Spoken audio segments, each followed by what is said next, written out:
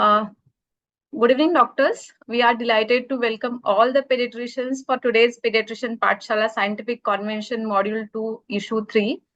We are pleased to announce the successful completion of our Pediatrician Pathshala Module 1 last year, where we explored all 5 crucial aspects of the rational use of antibiotics in respiratory tract infections. This year, we launched Pediatrician Pathshala Module 2 and successfully covered 2 crucial topics with Dr. Keyur Mahajan and Dr. Bhaskar Shenoy. Today, we will cover exciting topic which would be a great interest for all of you pediatricians who joined us today. I would like to hand over the session to Dr. Vanmati, who is pediatrician, who is practicing in Chennai, to introduce today's eminent panelist and continue today's program. Over to you, Dr. Vanmati. Thank you, Dr. Sureka. So I welcome you all to the Pediatrician Pathshala Module 2, Guiding Light to Excellence. So in this module, we have scientific CME sessions on rational use of antibiotic practice, antibiotics in pediatric practice. And there is also interactive question and answer platform. And there are videos regarding experts' view to excel pediatric practice. And there are also updates on antibiotic resistance. So this is the Pediatrician Pathshala website homepage in which you can download the books by clicking onto the icon. There are 2 books available. One is a PED companion book and another one is the Rational Use of Antibiotics in Respiratory Tract Infections book. So you can download both the books by clicking onto the icon there. And the videos that are completed in the previous sessions will be uploaded in this page. You can watch anytime by clicking onto the icons, and you can watch anytime. And after finishing the session, you can generate your certificate of participation by clicking onto the icon present there, participation certificate. And this participation certificate will look like this. And it's my privilege to welcome the speakers, Dr. S. Balasubramanian sir and moderator Dr. Pramod Jok sir for the session today. So today's session is about non-infectious fever. So our speaker for today, Dr. S. Balasubramanian sir, he is a visiting consultant in pediatrics and former medical director in Kanchi Komakodi Child Trust Hospital, Chennai, and he is a trustee in Child Trust Medical Research Foundation. He is a former professor of pediatrics in SRMC Hospital, Chennai. He is a honorary pediatrician, South Railway Headquarters Hospital, Chennai, and he was also a chairperson in IAP Infectious Disease Chapter 2022. And he was a convener of IAP AC VIP 2018 to 19, and he was advisor in IAP AC VIP in 2020 to 21, and he is a distinguished DNB teacher awardee on NBE 2014, and he was awarded the Lifetime Achievement Award by Tamil Nadu Dr. MGR Medical University. And he was also a FIAP and MNAMS awardee, and he has more than 150 index publications, mostly in pediatric infectious diseases, and also has more than 40 orations, and he has mediated more than 500 sessions in IAP forums and over 400 PG sessions, and he is also the coordinator for IAP Infectious Disease Fellowship at KKCTH Chennai. And his areas of interest are mainly pediatric infectious diseases, vaccine research, PG teaching, and COVID-19. And going on to our moderator for today, Dr. Pramod Jog. So he's a professor of pediatrics and HOD in the Department of Family Medicine, D.Y. Patil Medical College, Pune, and he was a president of IAP Pediatrics, IAP Indian Academy of Pediatrics 2016, and he was a former standing committee member, International Pediatric Association, and he was a former steering committee member, GAVI, and he is a consultant pediatrician at MedPoint Jupiter, Ankura Hospitals, Pune. So I hand over the session to Dr. Pramod Jok sir. Thank you. And I am so glad that I am with my friend, philosopher and guide, Dr. Balasubramanian. And we will be having an interesting talk today on non-infectious fevers. And basically, the commonest cause of fever undoubtedly is an infection. However, there are certain conditions which are non-infectious, and they can also present with fever. And busy pediatrician may miss them during the busy practice, and antimicrobial therapy may unnecessarily continue, and it adds to worthless expenditure on the part of the parents, and the parents may get anxious And the clueless doctor, he continues to scratch the head, taxing his unupdated gray matter. I am sure, Bala, you will agree with me, isn't it? And it's important to know as to what are these conditions, how they present, what should be our approach, whether there are any clues to diagnose them early, and could any of these conditions take a serious turn, making a child critically ill, whether the child can become fatal, and so on. And who else but Dr. Balasubramanian, nicknamed as Dr. Bala by all his fans. And for me, again, the short form is Bala, but the full form is brilliant, astute, legendary academician. Okay. Who else but Dr. Bala to speak on these intricacies of non-infectious fevers. And I remember once, Dr. Bala, we had a panel discussion somewhere in Kerala Pedicon, wherein you had moderated and we had answered like MD going students. And of course, today I am fortunate not to have any role of a student in front of you, but I am the moderator anyway. So without wasting much of time, I would just request Dr. Balasubramaniam to start with his presentation. After his presentation, we will have some questions and answers and then conclude the session. So it's all yours, Dr. Bala. Thank you. Thank you, my dear friend, Dr. Pramod Jog. It's indeed a privilege for me to do this session under moderation by none other than Dr. Pramod Jog. Well, in the next 45 to 50 minutes, I thought I would first introduce the concept of causes of prolonged fever. And only in this prolonged fever, these non-infectious fevers come into our mind. Short duration fevers, by and large, most of them are due to infection. Once it crosses a particular period, say 5 days, but I always believe it is better to see any child on day 5 of fever rather than on day 1, 2, 3 of fever, because only by day 4 or 5, you'll have clues for diagnosis. And many cause for non-infectious fever would result in PUOs. I will deal with the causes of PUO, and then I thought I will share some case scenarios from my personal file where I had dilemmas in diagnosing some non-infectious fevers. And the difficulties and dilemmas I went through, I thought I would share with the audience. Then give a summary and overview of non-infectious fevers with relation to causes and clues, of course, giving some take-home messages. And if you see this slide is from Fien and Sherry's textbook of pediatric infectious diseases. This contains all the non-infectious causes of fever of unknown origin.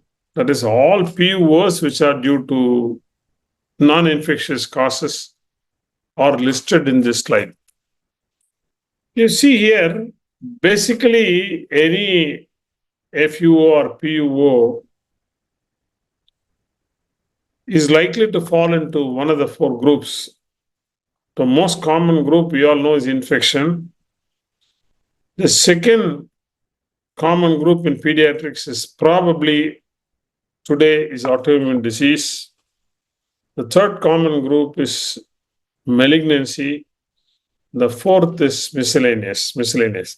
And this concept is very important to understand because in adults, infections are common, followed by malignancy. Fortunately, in pediatrics, infections are the commonest, followed by autoimmune diseases, then malignancy, then miscellaneous.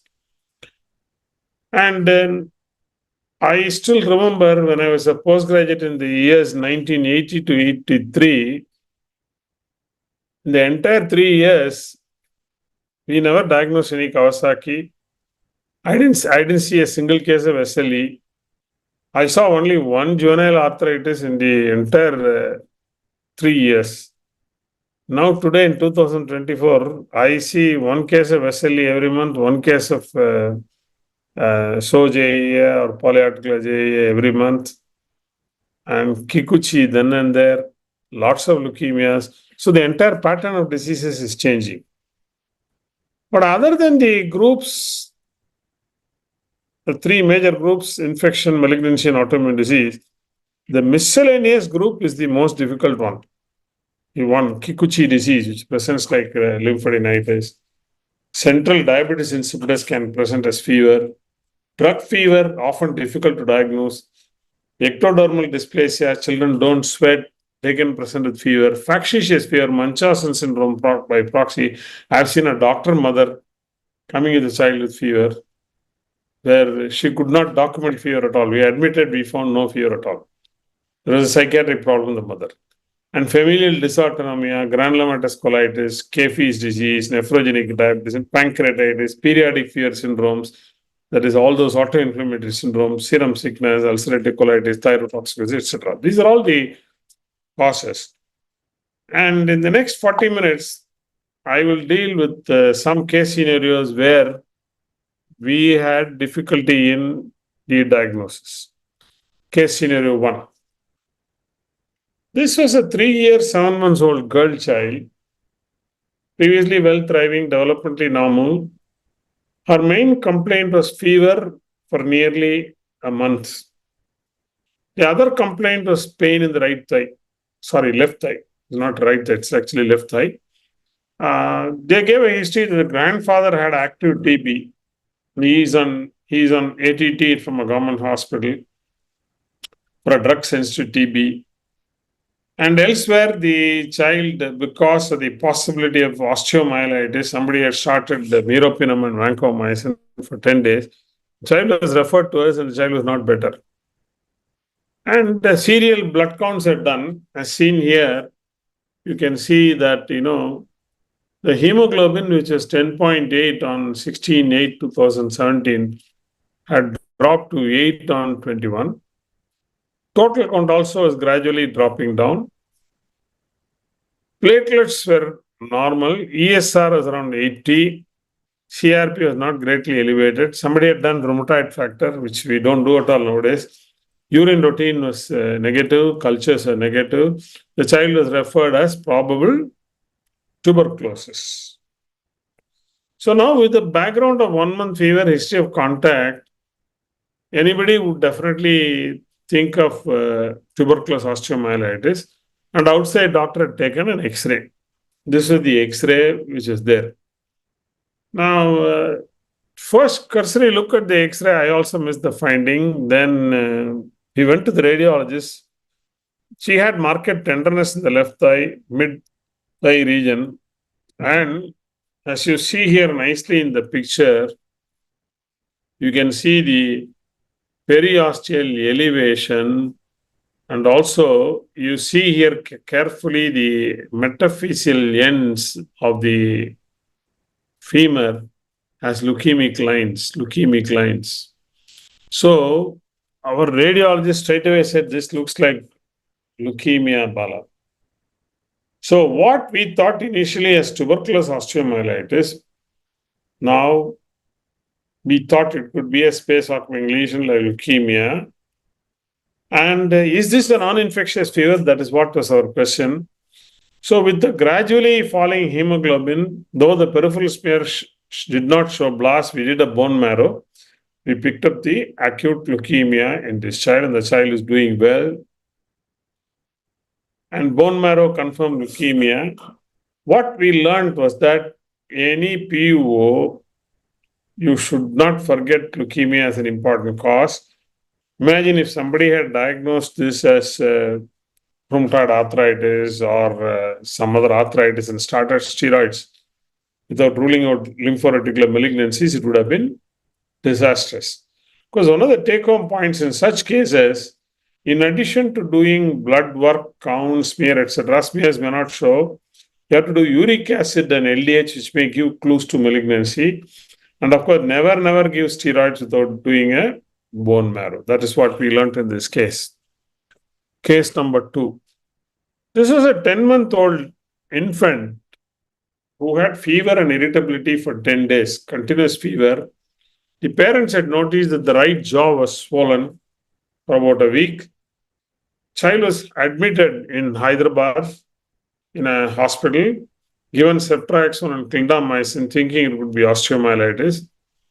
Counts were 13,000, platelets are normal, CRP is 48, alkaline phosphorus is 1,000, it is elevated, but vitamin D levels are okay, phosphorus is okay, cultures are negative, advised bone marrow, they flew from Hyderabad to Chennai. On examination, the child was otherwise well except for tenderness and swelling over both sides of the mandible. This is the picture of the infant. You can make out the nice swelling in the right side of the jaw here. The mandible is swollen. The baby was alert, otherwise well. And an X-ray was taken. This is the X-ray finding. Of course, any postgraduate can make out. It's almost like a necklace appearance of the mandible, suggesting the possibility of cortical hyperostosis. And the radiologist clearly said it is Caffey's disease. A clinical diagnosis was made and it resolved with naproxen. Of course, genetic diagnosis is an autosomal dominant disorder. Nowadays, you have genomic workup facilities available. We confirm the child is well on follow-up. It's now an adolescent and doing extremely well. So, actually, but for the diagnosis of Caffey's disease, we would have gone in for invasive things like bone marrow and even a biopsy of the lesion to rule out malignancy. Ultimately turned out to be Caffey's disease. Caffey's disease is notorious for presenting like malignancies. But I have seen Caffey's disease involving tibia, involving clavicle, involving fibula, involving radius. Any bones multiple bones also can be involved. There's typically a radiological diagnosis. ESR and CRP are high and alkaline phosphorus is notoriously high. And it's a clinical diagnosis. It's basically a clinical diagnosis along with radiological confirmation. Because genetic confirmation is nowadays available. Treatment is self-limiting. You don't have to give steroids. You can give ibuprofen or naproxen for a short period. This was a young infant who presented with fever and rash. See, look at the picture. This infant had fever for about 10 days, had rashes like this, and had seborrheic dermatitis, had rashes over the palms and soles, had liver and spleen enlargement, had otitis media, came with a PU.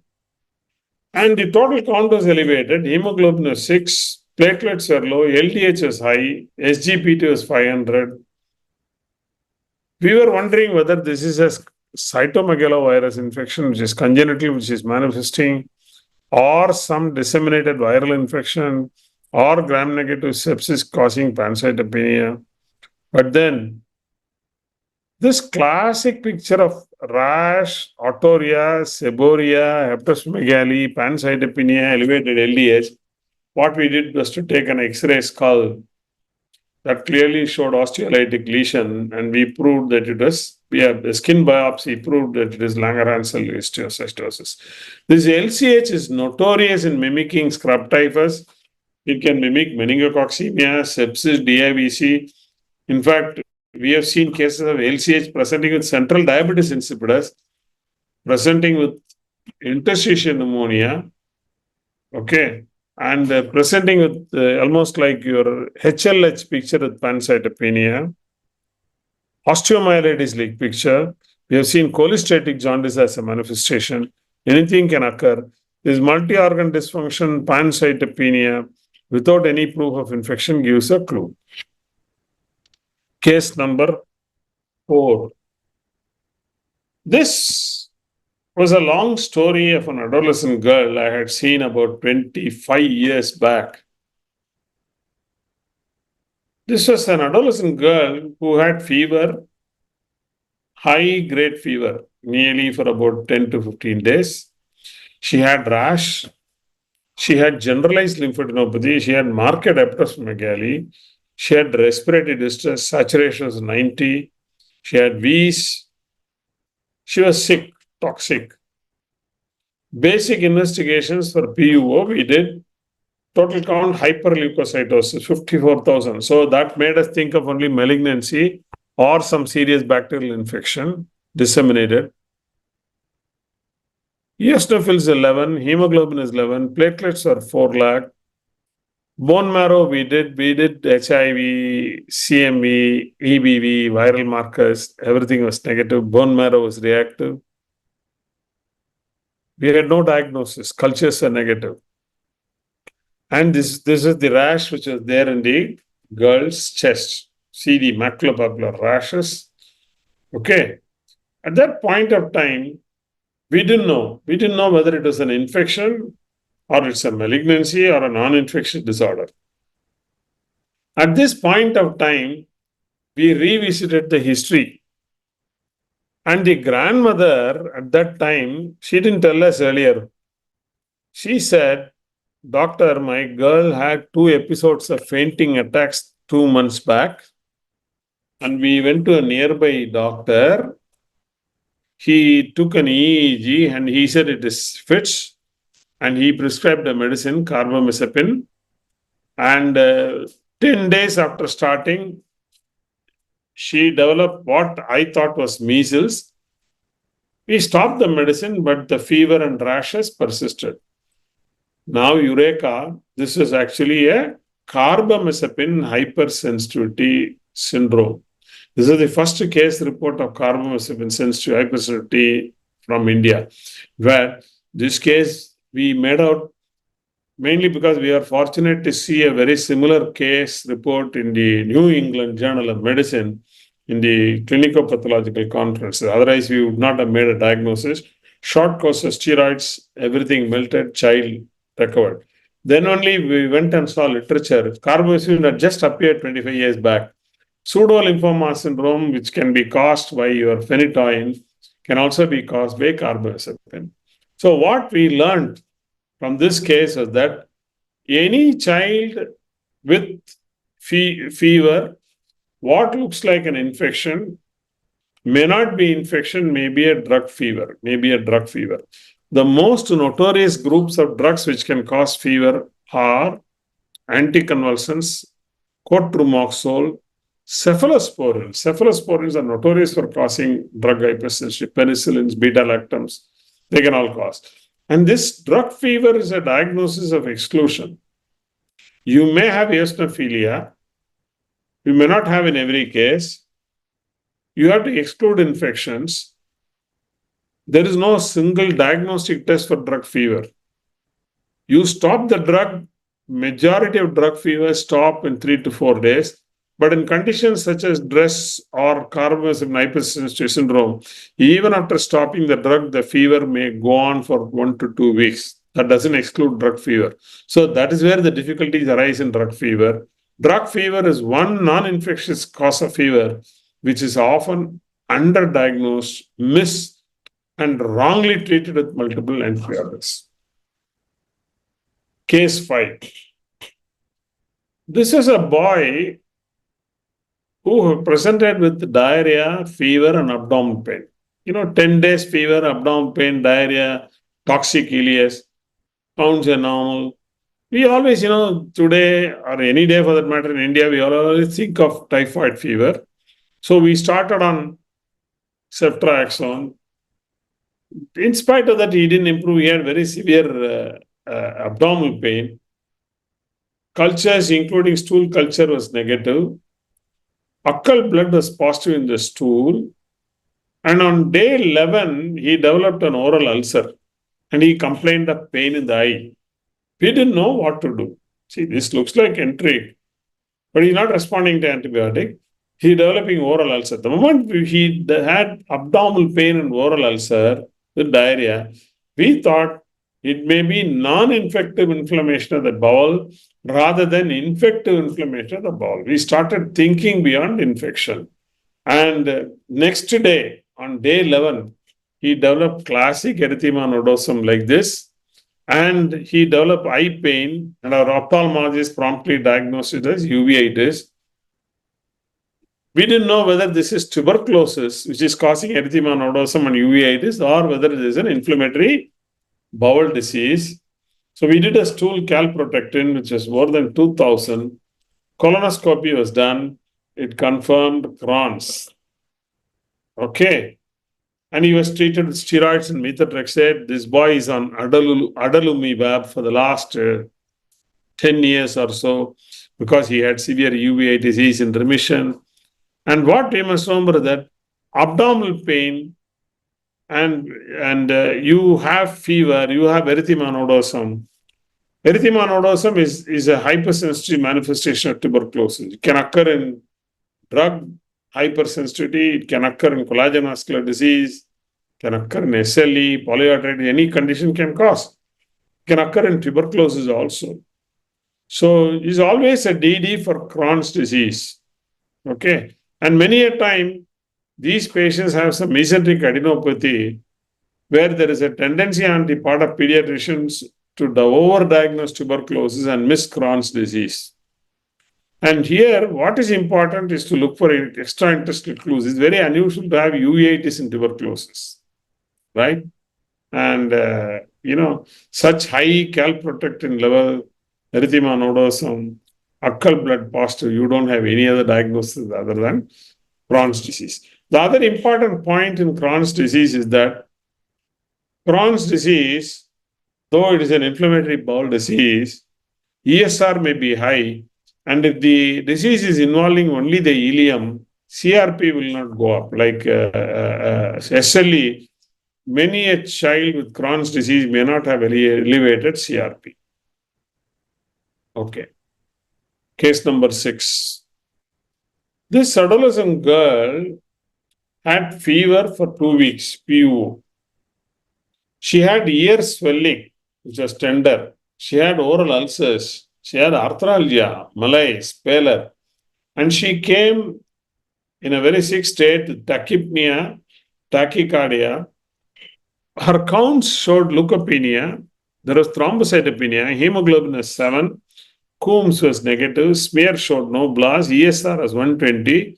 Surprisingly, CRP was completely negative. X-ray showed a cardiomegaly. Urine 2 plus albumin, 30 RBCs per cubic millimeter. Echo was done. Ultrasound was done. It showed probable medical renal disease. So what is this? Is this girl, she was the one who had rashes on the face, who had rashes on the ear, and who had oral ulcers. Now she was sick, tachycardic, tachypnic, hypoxic. Could it be septic shock? Could this be a non-infectious disorder? And how do you confirm the diagnosis? One clue which gave us straight away the clinical diagnosis, even before other lab reports came, was the discordance between ESR and CRP. You see here, the ESR was 120, CRP was negative. This discordance is very, very characteristic of SLE and Kikuchi disease. In fact, there are 2 diseases in which characteristically CRP doesn't go up. That is SLE. In fact, SLE, I believe, is pathologically due to actual lack of C-reactive protein. Animal studies have shown the lack of C-reactive protein is responsible for the SLE manifestations in various systems. That is what is hypothesized. Nobody knows why and how. CRP does not go up in an uncomplicated case of SLE. But on the other hand, you can have elevated CRP in SLE in a few situations. One, if they have arthritis or polycerositis, ascites, pleural effusion, pericardial effusion, CRP can go up. If they have secondary infection, particularly when you give steroids, CRP might go up. And CRP might go up if there is macrophage activation syndrome. These are all some of the variants of SLE with regard to CRP. Again, in adolescent girl, any PUO, skin lesions, multiple system involvement, renal involvement, CRP negative, high ESR is nothing but SLE. In fact, even before double-stranded DNA came, we gave steroids and hydroxychloroquine. She made a dramatic recovery. She was doing very well. Case 7. This is a 3-year-old boy who had fever for 12 days. Initially, he had urticaria-like rashes. He received prednisolone and ceftriaxone. As you see here in the fingers, the toes, he developed almost like cutaneous gangrene. As you can see here, blackish discoloration.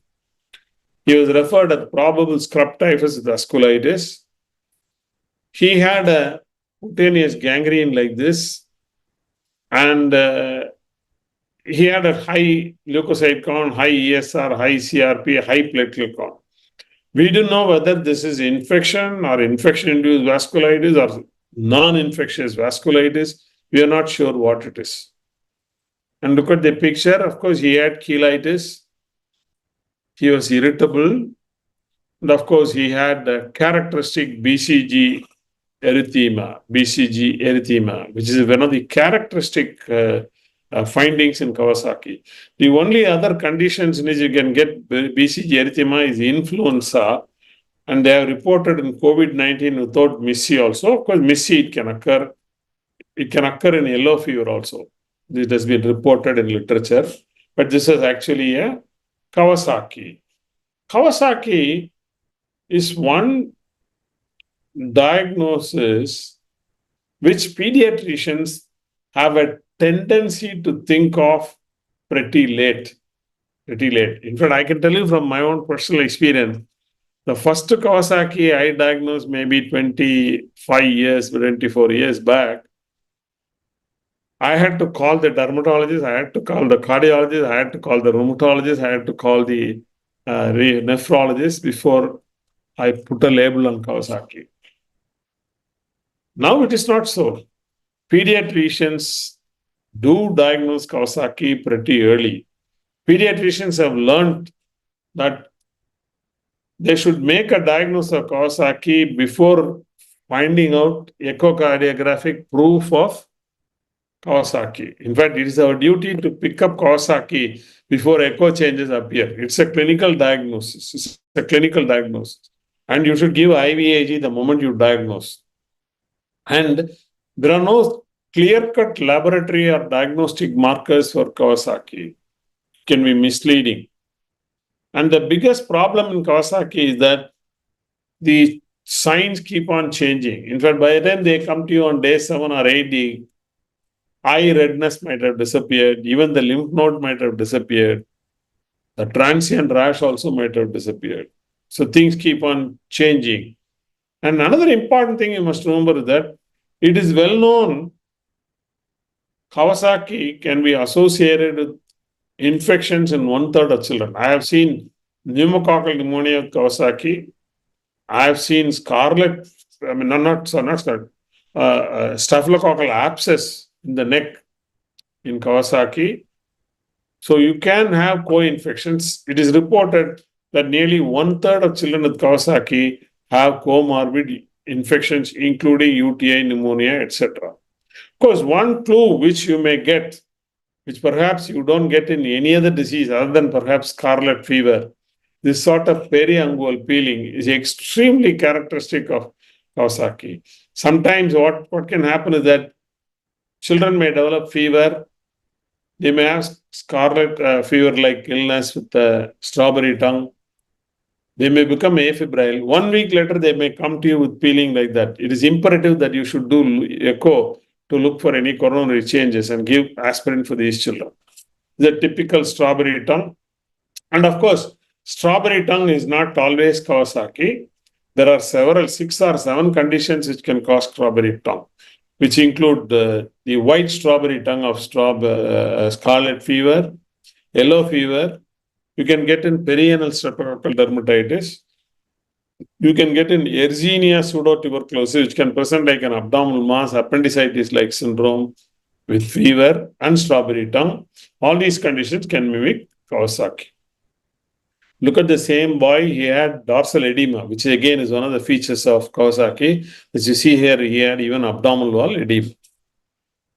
This again, in our series from our hospital, one of the interesting things we found that those who had an early diagnosis of Kawasaki presented to a tertiary care hospital early. Those who had a delayed diagnosis, they came to the hospital late.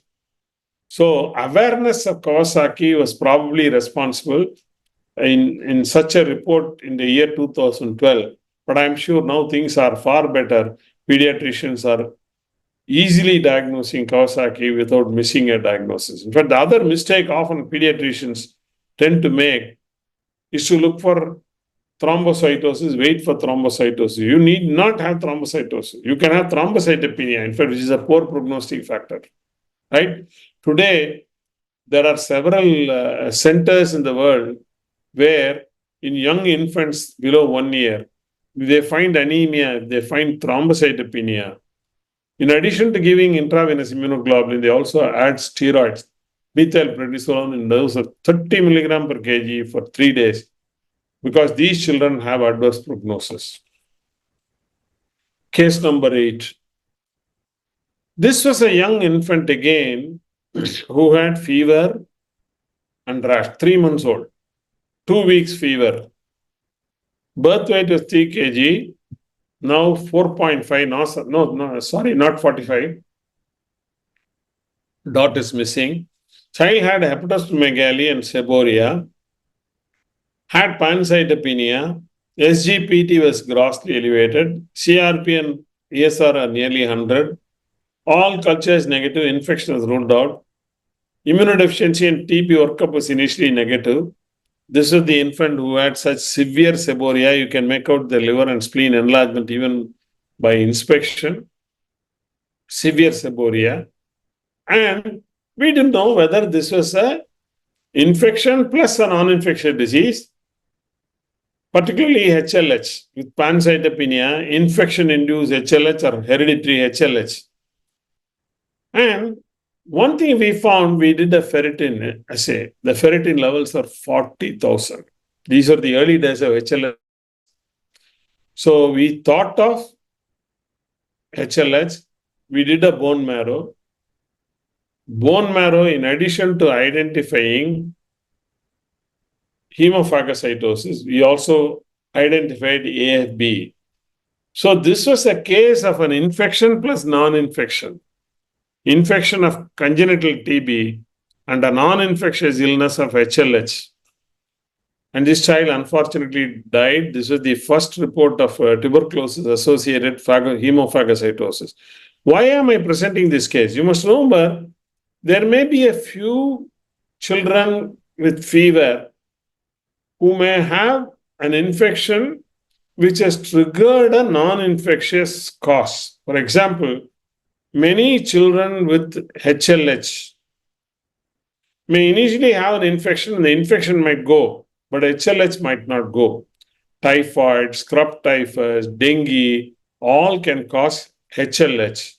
In fact, here again, we reported the largest series of hemophagocytosis in 2011 from our institution, where what we reported is that even in HLH, bone marrow may not always show hemophagocytosis. We go by ferritin, LDH rather than by bone marrow. And we aggressively treat with IVIG, steroids, cyclosporin, etoposide, etc. Last case. This is a 1 year, 3 months old toddler who presented with fever for 8 days. And this fever was 15 days after a dog bite.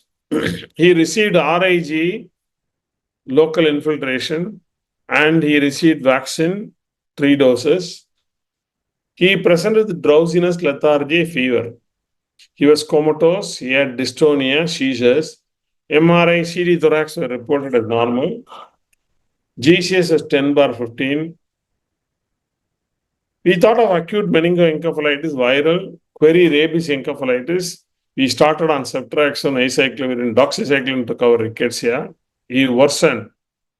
And we repeated the MRI. MRI, this is reported as hyperintensities in basal ganglia and thalamus, probable viral encephalitis. MRI spine was normal.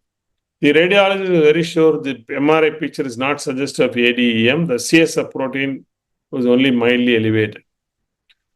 We didn't know what we are dealing with. TBM was ruled out, gene export is negative. Rabies, we asked for PCR from our veterinary hospital, negative. EM to vaccine, we didn't know. Or is it COVID-19? We didn't know. Or is it anything else?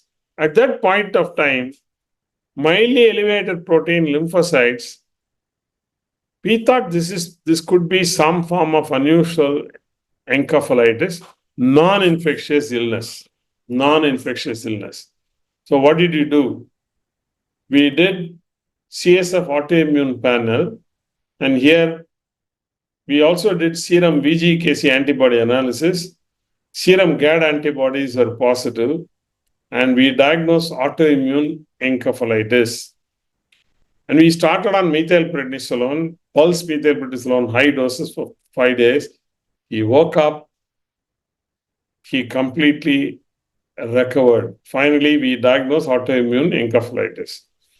Now, let me tell you very frankly, I'm sure Dr. Pramod will agree. Most such cases, I'm afraid, as a pediatrician 20 years back, 10 years back, I would have given ATT with steroids, and these children might have improved also. So the new entity of MOGAD, antibody encephalitis and autoimmune encephalitis, we are able to make a diagnosis with the advent of new immunological tests in the CSF and serum. And the treatment has completely changed. What we used to treat with ATT empirically, now we are treating with high dose of steroids. Sometimes we give rituximab also. And these tests have become very, very useful. And in adolescent girls, in such cases, you must do an ultrasound to look for any teratomas. That's what we learned. I'm sure many a child whom we have treated empirically as tuberculous meningitis in the past would have been cases of autoimmune encephalitis rather than tuberculous meningoencephalitis. To sum up, pediatricians, when it comes to diagnosing and treating fever, we are obsessed with infections. We tend to ignore the fact that though infections are the commonest cause of acute febrile illness or chronic febrile illness in children, quite a few children with short duration fever or PU may have non-infectious illnesses. Of course, infections are common. You can't afford to miss infection. And it is often said that fever is not a sign of ceftriaxone deficiency. Anybody and everybody with fever admitted in any hospital, ceftriaxone is given. Anybody and everybody with cough gets azithromycin. Azithromycin deficiency is not the cause for any cough or respiratory infection. It is important for pediatricians to remember the fact that the uncommon complication of a common disease, just to give you an example, there is a type of reactive arthritis in tuberculosis, which is called Ponson's disease. You can have reactive arthritis just like following typhoid, salmonella, or rubella, polyarthritis, when a child has got disseminated TB. But it is extremely uncommon. We must remember such an arthritis is much more common than the common complication of an uncommon disease.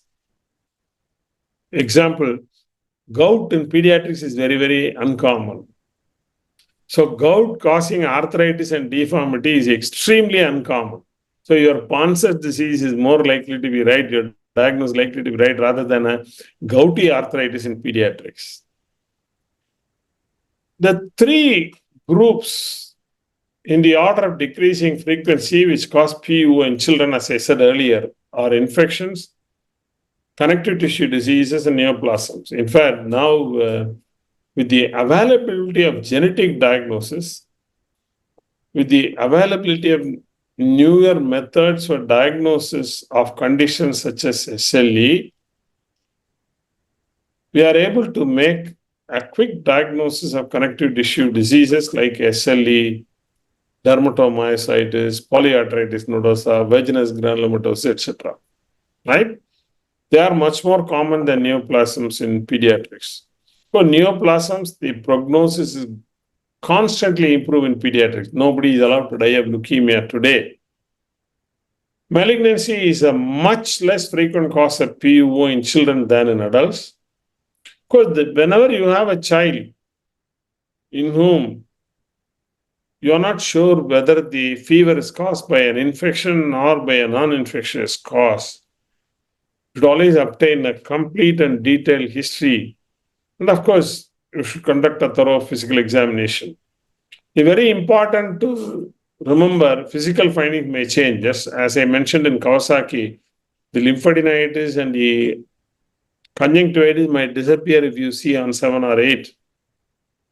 And BCG scar may appear later. Skin peeling may appear later. You must periodically re-examine thoroughly. In general, if your child has got an autoimmune disease like vasculitis, the child is unlike a child with a malignancy or with a chronic infection like TB or an acute infection like a typhoid. Persistent toxemia is unusual. They intermittently tend to get better. Just to give you an example, in SOJA, systemic onset juvenile idiopathic arthritis, at the height of fever, rash may come and it will completely disappear. That gives a clue. That doesn't happen in infections. In general, in older children, it's very unusual for bacterial infections to present with multi-system involvement. Young infants, of course, all organ system may be involved. But in older children, multi-system disease is much less common in bacterial infections than in non-infectious fevers. If you have a high platelet count with bicytopenia, platelet count is 6,000, hemoglobin is 8, total count is 4,000, you always start thinking of vasculitis. It's very unusual for anybody with severe infectious disease having high platelet counts. A high platelet count is one clue which could occur in vasculitis. As I said earlier, high ESR with negative CRP, you have to start thinking of SLER, Kikuchi. High ferritin, any ferritin level more than 1,000, you have to start thinking of HLH. On a similar note, any elevation of LDH may occur in HLH or in malignancy or in Kikuchi. If you have hypertension in a child with fever, infection is extremely unlikely. Infection is likely to be a non-infectious disease. So you must check the blood. Hypotension is more common in infection rather than hypertension. Remember, any child in whom you're thinking of an etiology for PUO beyond infection, please ask for an opthal opinion. Uveitis, iridocyclitis, keratitis cannot be picked up with a torchlight. You require a slit clamp examination, a fundus examination. That could give a clue to non-infectious causes like vasculitis or malignancies also. Never give empirical steroids without doing a bone marrow. In fact, during the COVID-19, many children were erroneously diagnosed as MIS-C on loose criteria. They were all given steroids, which would be disastrous if you exclude an infection. We don't exclude an infection or malignancy. And it's very important for pediatricians to remember that antibiotics often do not work like antipyretics. And never hesitate to take a second opinion. Never hesitate to repeat investigation. Never hesitate to repeat a clinical examination. I always believe when I'm in trouble with regard to the diagnosis of a case, I ask a young first-year PG to take history, and I try to examine like an exam-going PG head to foot, and I look for clues like Sherlock Holmes.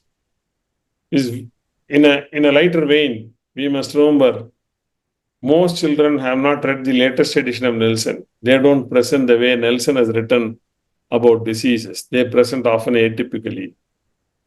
It is important for all of us to maintain faith in our clinical skills and our power of history taking and our skills in judgment. The changing scenario in pediatric practice is very obvious. I'm sure Dr. Pramod would agree. We are moving away from infection to allergy, autoimmunity, malignancy, and lifestyle-related diseases. In fact, pediatricians are seeing less and lesser bacterial infections, less and lesser malnutrition. But as a student, I used to see only diarrheas. Today, I see only constipation. As a student, I saw more and more of pneumonias. Today, I'm seeing more and more of wheezing. As I said earlier, I had hardly seen any JAA or SLE. Now we are seeing a lot. We are seeing a lot of lifestyle-related diseases like ADHD, obesity, etc. Thank you very much. Please mail your feedback to sbsp@gmail.com. Please don't hesitate to ask questions, if any. Over to Dr. Mujo. Thank you, Dr. Bala, for an excellent exposition of this topic. And I'm sure all our listeners, viewers have experienced the teacher, the avid reader, and the scholar, which is hidden in Dr. Bala. And I know him for now many years, and all his statements are evidence-based, and with the flavor of the experience that he has, it makes an interesting session. Of course, we have learned almost, he has given a list of so many important causes of non-infectious fevers. So, as he has already explained that as any PO, you should not forget about leukemia and should not give steroids without doing the bone marrow.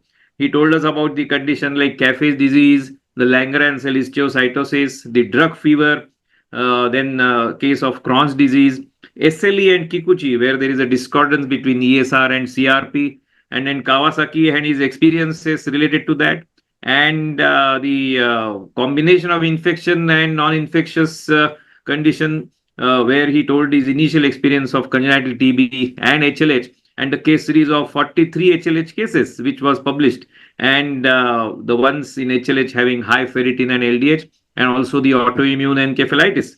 And I'm sure the listeners have, not only understood the topic, but also on the basis of the cases that he has explained. So there are a few questions from the audience, sir. And if you permit me to ask you a few questions, I will be happy that you clarify some doubts of our listeners.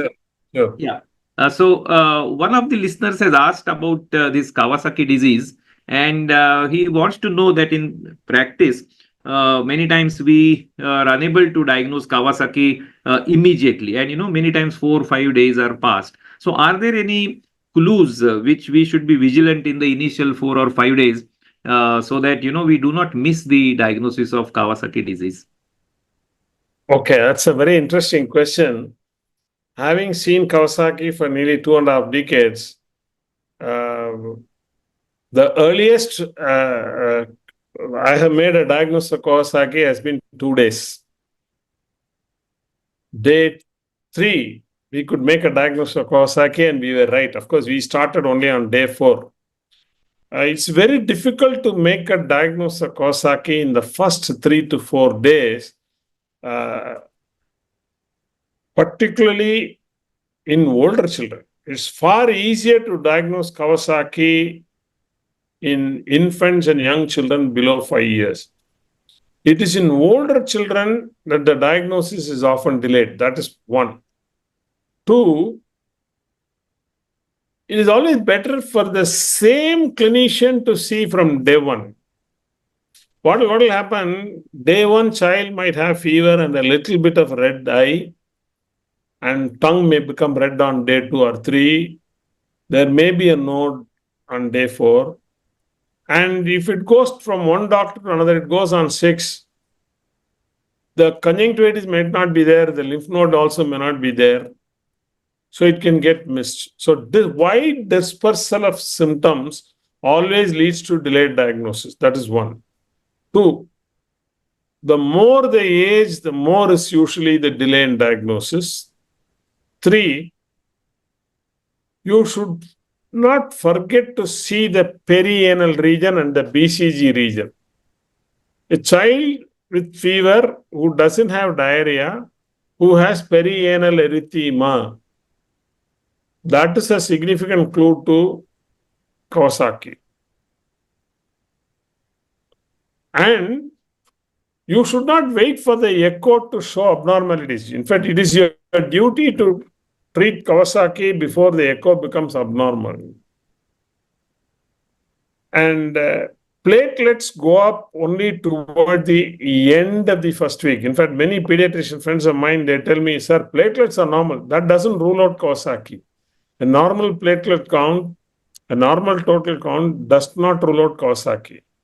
The other clues for Kawasaki include the presence of sterile pyuria, marked irritability, young infant. In fact, we have done lumbar puncture in a few infants who had irritability, and they may even show mildly elevated protein also. Aseptic meningitis can be part of Kawasaki. Last but not the least, they may come to you after 10 days. They may not have fever, but they may have peeling. We should not say everything is gone, go. It can be a medico-legal problem if you do not give the benefit of doubt of IVIG and aspirin to the child and follow it up periodically. So, the best way to diagnose is to have a high index of suspicion and of course, ESR, CRP, counts, urine routine, decrease in albumin, increase in globulin, they can all be very good clues to Kawasaki. Right. Thank you, sir. Thank you for emphasizing the point that the clinical features may happen in series and not in parallel. That is, the famous example given by some of our colleagues, where it is like palpating the, elephant by 5 blind men, everyone thinks of different things and ultimately it turns out to be something different. And we have to be very, very vigilant because we have only a small window to prevent that coronary artery complication. So one has to be very careful about this particular condition. Of course, there are a few questions about incomplete Kawasaki and what is not Kawasaki, but I think most of the audience probably is aware. And one more question is about the non-infectious fevers. Which of the conditions that you mentioned, or maybe are the ones where the child is likely to be serious if we miss the diagnosis, and the condition is likely to be fatal?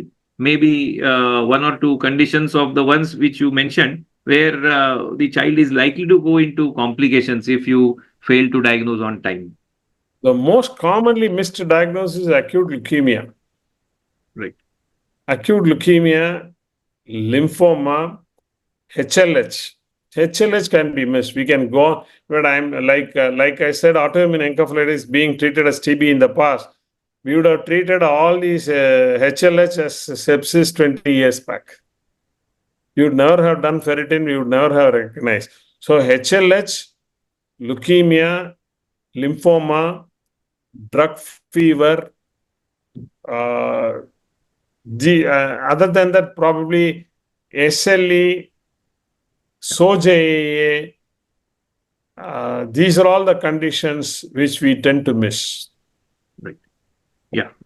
Thank you, sir. And one last question is related to the difference between auto-inflammatory and autoimmune diseases. So that is what some delegate wants to know. He has probably mentioned, entities like the ones that you mentioned, the dermatomyositis and others. So probably he wants to know, is there any difference in these two conditions? No, most of the autoinflammatory syndromes are probably genetically transmitted. Unlike autoimmune diseases. They may also have a genetic predisposition. These autoinflammatory syndrome present with periodic fever.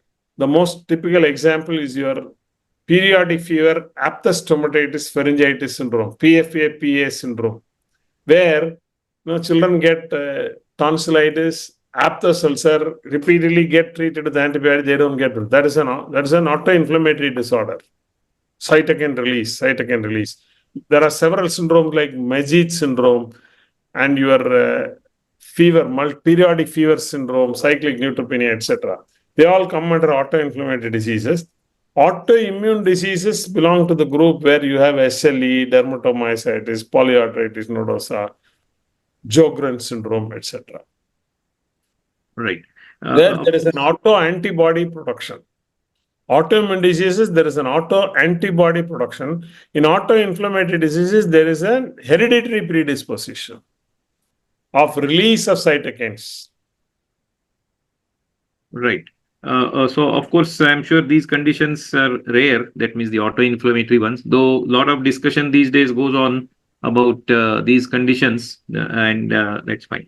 And maybe, a last question has come up now, which just says, kindly give little more details about the systemic onset ZIA for the listeners as to how to come to the diagnosis. Yeah, that's a very good question. Systemic onset JAA is again like Kawasaki, is a clinical diagnosis. There is no laboratory marker. You can only exclude other diseases.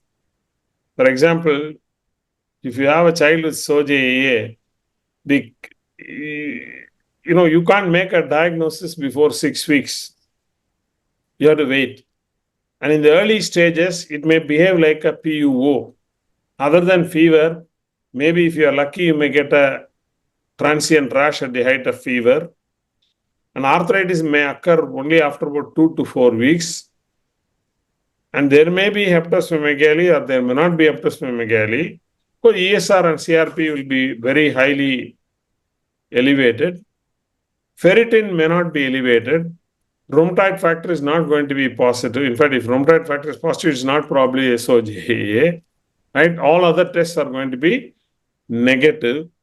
It's essentially a clinical diagnosis, syndromic diagnosis. Treatment is initially symptomatic therapy with NSAID, but if there is a severe disease, of course, steroids. But nowadays, biologics have come in a big way. In fact, most cases we have treated with the tocilizumab along with methotrexate if necessary. Thank you, sir. So that completes the questions from the listeners. So from my side, I thank you again for an excellent talk. And Dr. Surekha, in case if you have any questions in the chat box or at your end, you can ask me. Otherwise, you can just proceed with vote of thanks. Yeah. Yes, sir. As of now, I think you have covered all the questions. We don't have any questions in chat box. So should I conclude, sir? Okay. Sure. If no any questions at your end, okay. As we conclude today's Pediatrician Pathshala Scientific Convention Module 2 and Issue 3 on non-infectious fever, we want to extend our heartfelt thank you to for today's esteemed speaker, Dr. Balasubramanian, for his insightful topics and different case presentations, which was depicting all different types of non-infectious fevers with in detailed discussion. It was our honor, sir, to have you on board for Pediatrician Pathshala. We thank you, our today's moderator and scientific coordinator, Dr. Pramod Jog, for Pediatrician Pathshala, who has skillfully guiding the session today and always. Thank you so much, Dr. Pramod Jog. And our sincere thanks to Dr. Vanmati and all the pediatricians who joined us today.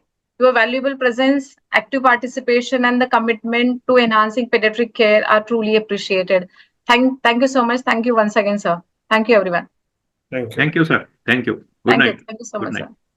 Good night, sir. Good night.